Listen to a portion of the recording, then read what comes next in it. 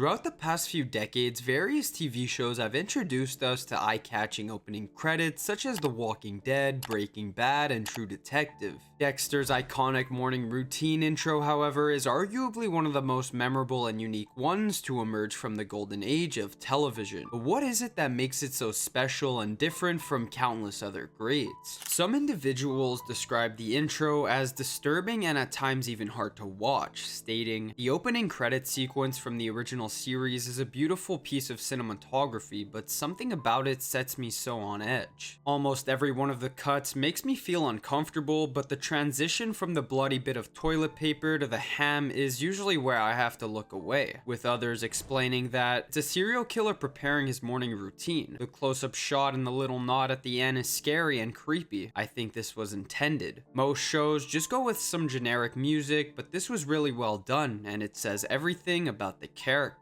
Despite its simplicity on the surface, it's able to communicate countless symbolic dark themes that go beyond what many might think. But once you learn about the lengthy early process of bringing this opening credit sequence to life and the inspiration that created it, you will further understand the pure brilliance behind Dexter's opening credits and why it still holds up to this day.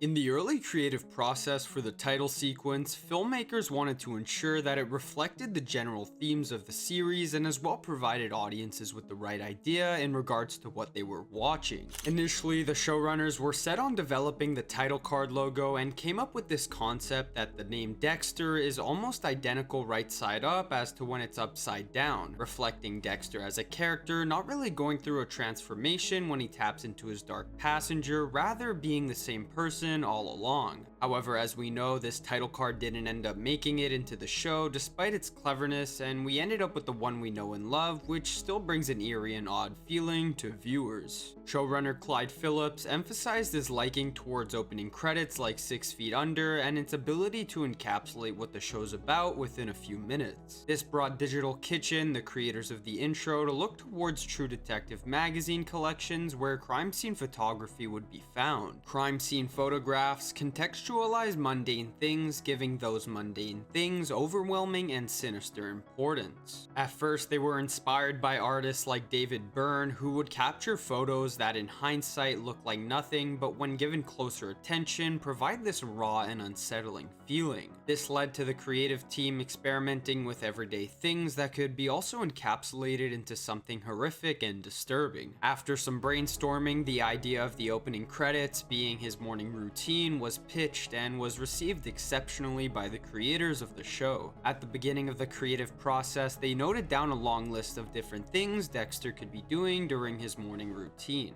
This list ran quite lengthy, which led to various different potential scenes they could include within the intro, with some even resembling the ones that ended up making it into the final cut. Originally, the song had gone from Miami Beach Rumba by Xavier Cugat to a Lalo Schifrin type dark 1960s jazzy suspense music. And although this song can't be played due to copyright, if you listen to it, you can hear quite the resemblance between them and the Dexter intro we know now. The initial animation for the show was actually quite dark and lacks the comedic relief seen in the one we got. It provides a more disturbing and uneasy feeling and as well screams 1990s horror.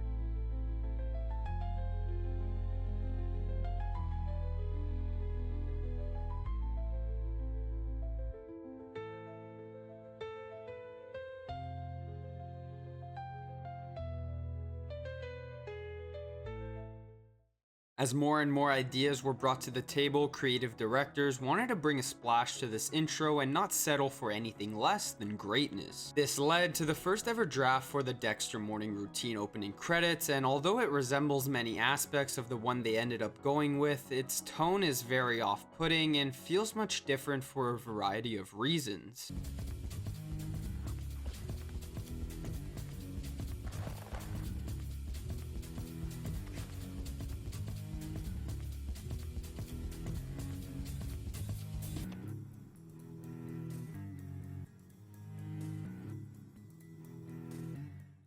The creative director for the opening credit explained that, I got this exploding plastics track from a colleague and I thought it was the perfect piece. I put together a compelling edit and I thought the sequence was incredibly powerful. The show creators liked it, but it wasn't exactly what they were looking for. However, upon the suggestion of the song we know and love today, he described it as this push-pull with the imagery. It set something grotesque in a completely humorous light. After finalizing the Dexter intro and airing it for the first time in 2006, it would define the show and play a significant part of its success. Many could assume without the opening credits scene, the show would feel quite different and as well wouldn't match in terms of tone, considering Dexter relies on subtle comedic relief at certain moments. This push-pull vibe given by the intro is something that can be said about every single episode within Dexter, with his internal monologue switching up the atmosphere within just a few words. Cataline Brilla, a UK-based filmmaker, film editor, and lecturer, encapsulates what the intro does with the following explanation. This short sequence takes the mundane morning routine of the main character and turns it into something highly unusual by adding new layers of meaning and expanding its significance beyond the literal into ideological, aesthetic, hermeneutic, and even ontological realms. In order to truly understand the message behind it, let's break it down bit by bit and go over key symbolic themes expressed beneath the iceberg.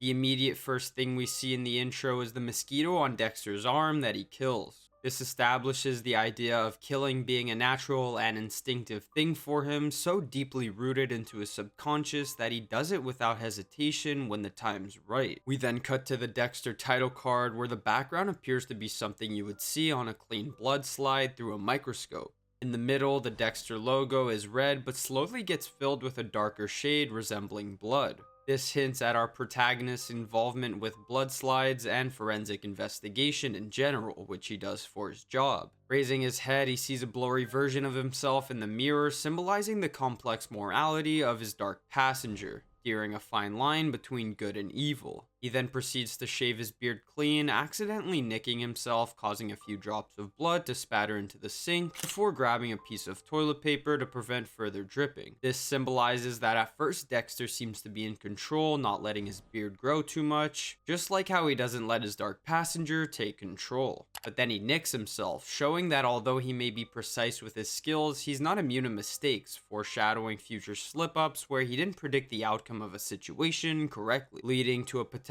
death of someone close to him. We are then shown Dexter cutting slices of ham wrapped in plastic, paralleling what he does to his victims as he wraps them up and proceeds to take care of them. After cooking the ham, we get this close-up of him chewing in a slow, exaggerated, and almost aggressive way, representing the idea of a predator consuming his prey, reinforcing Dexter's nature of being a killer. He then cracks an egg before cooking it and then breaks the yolk apart with his knife, sloshing ketchup on it. This twisting and manipulation of the yolk brings a sense of discomfort and as well the idea that he's willing to take someone's precious life, just like how the yolk itself is the richest part of the egg. The slashing of ketchup on the egg is a direct hint towards his involvement in blood spatter analysis and the messy work of his crimes. We then cut to him grinding coffee beans, which is considered a normal morning ritual for most, but provides a subtle hint towards Dexter's dark ritual that he has in regards to killing. An orange is then sliced and pressed, causing juice to spatter out of it, which is a direct nod towards his ritualistic killings, with the orange taking the form of a person. Before flossing, he wraps it around his fingers, which parallels the action of strangling his victims or wrapping them tightly in sheets of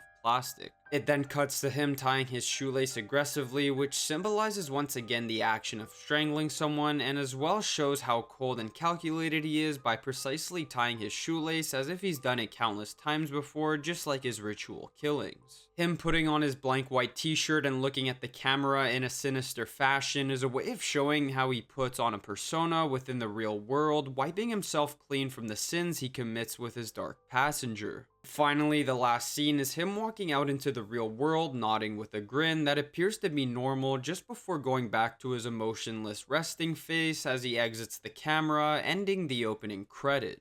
Now, after analyzing the Dexter morning routine sequence, you might think to yourself that I'm overlooking certain aspects and maybe reaching for a theme that is simply not intended, but that couldn't be further from the truth. The Dexter title sequence remains one of the most meticulously crafted and symbolically rich openings in television history. Unlike many modern intros that feel rushed or generic, every frame of Dexter's opening is designed with a purpose, and each shot reveals something deeper about the character and the themes of the show as a whole. Sure, it's just a morning routine on the surface, but the way it's shot, edited, and framed transforms something mundane into something unsettling, violent, and at times even disturbing. It's hard to believe the fact that this intro was made nearly 2 decades ago because of its ability to still hold up as a masterclass in visual storytelling. It remains as an artistic inspiration for filmmakers to take from and continues to establish itself as an amazing work of art that will live on for generations to come.